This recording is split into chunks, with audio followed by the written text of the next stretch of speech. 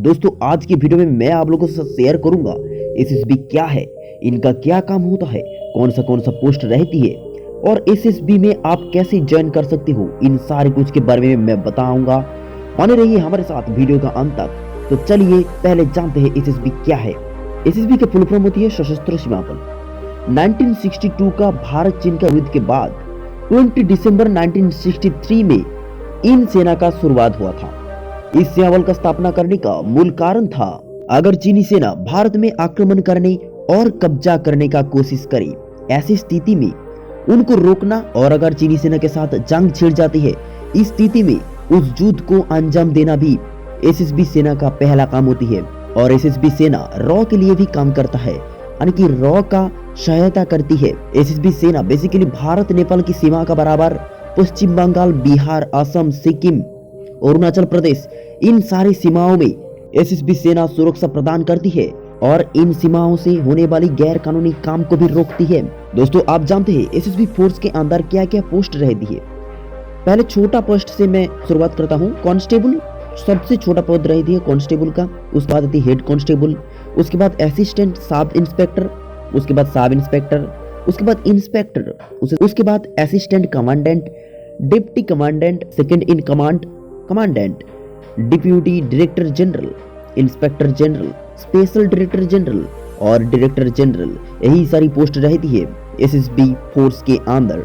दोस्तों आप जानते हैं आप कैसे एक एसएसबी कांस्टेबल बन सकते हो। तो पहले जानते हैं एसएसबी कांस्टेबल बनने के लिए एजुकेशन क्वालिफिकेशन क्या होना चाहिए। एजुकेशन क्वालिफिकेशन जो है वो मिनिमम आपको 10th पास करना होगा। कांस्टेबल के लिए सिर्फ 10th पास करना होगा और अगर हेड कांस्टेबल पद के लिए आप अप्लाई करते हो तो आपको 12th पास करना होती है और 10th में आपको मिनिमम मार्क्स 35% मार्क्स होना चाहिए। नेक्स्ट जानते हैं इनकी एज के बारे में। कांस्टेबल पद के लिए जो मिनिमम एज रिक्वायर्ड है वो 18 से 23 वर्ष का बीच में, और अगर आप हेड कांस्टेबल पद के लिए अप्लाई करते हो तो आपका एज 18 से 25 ईयर्स तक होती है। तो दोस्तों आप जानते हैं इनकी हाइट की रिक्वायरमेंट क्या रहती है। मेल के लिए जो हाइट का रिक्वायर्ड रहती है वो 170 सेमी होना चाहिए और फीमेल के लिए 150 सेमी होना चाहिए। और SC ST OBC कैंडिडेट के लिए हाइट का बहुत ज्यादा छूट भी मिलती है। साथ ही साथ इनकी चेस्ट भी देखा जाती है। मेल के लिए जो चेस्ट देखा जाती है और वो जो चेस्ट होती है वो 80 सेमी आपका चेस्ट होना चाहिए, यानी कि आपका सीना 80 सेमी होना चाहिए और फुल आकार 85 होना चाहिए। तो आप जानते हैं एसएसबी कांस्टेबल के सिलेक्शन प्रोसेस के बारे में। दोस्तों एसएसबी कांस्टेबल का ज्यादातर वैकेंसी एसएससी जीडी के द्वारा ही निकालती है। तो पहले आपको एसएसबी कांस्टेबल पद के लिए आवेदन करना होगा। आवेदन करने के बाद आपको एक एडमिट कार्ड प्रोवाइड किया जाएगा। उसके बाद आपको रिटन एग्जाम देना होगा और रिटन एग्जाम जो है कुल 100 अंक का होती है और समय रहती है 90 मिनट्स का, यानी कि 1.5 घंटा का टाइम दिया जाती है आपका 100 अंक का क्वेश्चन का आंसर पूरी करने के लिए। और यहाँ पर 4 सब्जेक्ट से क्वेश्चन पूछी जाती है।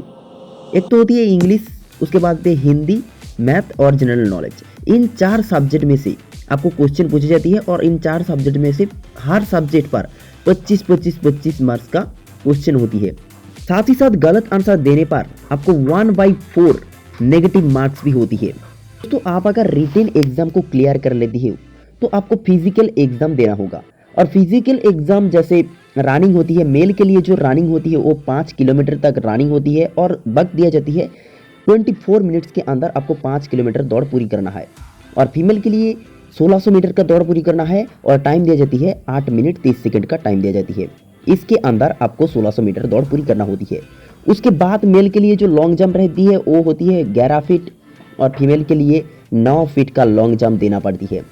वही अगर हाई जंप की बात करें तो हाई जंप मेल के लिए जो देना पड़ती है वो 3.5 फीट आपको हाई जंप देना पड़ती है और फीमेल के लिए 3 फीट का हाई जंप देना पड़ती है।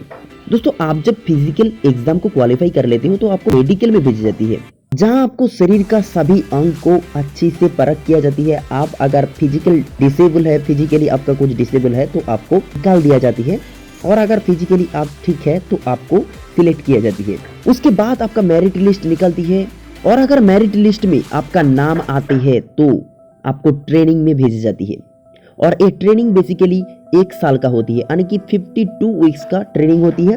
52 वीक्स का ट्रेनिंग पूरी करने के बाद आपको ज्वाइनिंग दिया जाती है, यानी कि आप इस फोर्स में ज्वाइन हो सकते हो। दोस्तों आप इनकी सैलरी के बारे में जान लेते हैं। दोस्तों एसएसबी कांस्टेबल का जो मिनिमम सैलरी रहती है, यानी कि जो स्टार्टिंग सैलरी मिलती है, वो 21,700 रुपीज़ मिलती है। साथ ही साथ उनका प्रमोशन में उनका सैलरी हाई होती रहती है। तो उनका हाईली जो सैलरी रहती है वो करीब 70,000 के आसपास उनका हाईली सैलरी हो जाती है। तो दोस्तों वीडियो कैसे लगा जरूर कमेंट पर लिखना, और चैनल में अगर नया है तो सब्सक्राइब कर बेल आइकन को जरूर दबा लेना, क्योंकि आने वाला वीडियो और भी इंटरेस्टिंग होने वाला है। तो सब्सक्राइब कर बेल आइकन को दबा लीजिए और वीडियो को जरूर लाइक कर देना। थैंक यू, मिलते हैं अगली वीडियो में।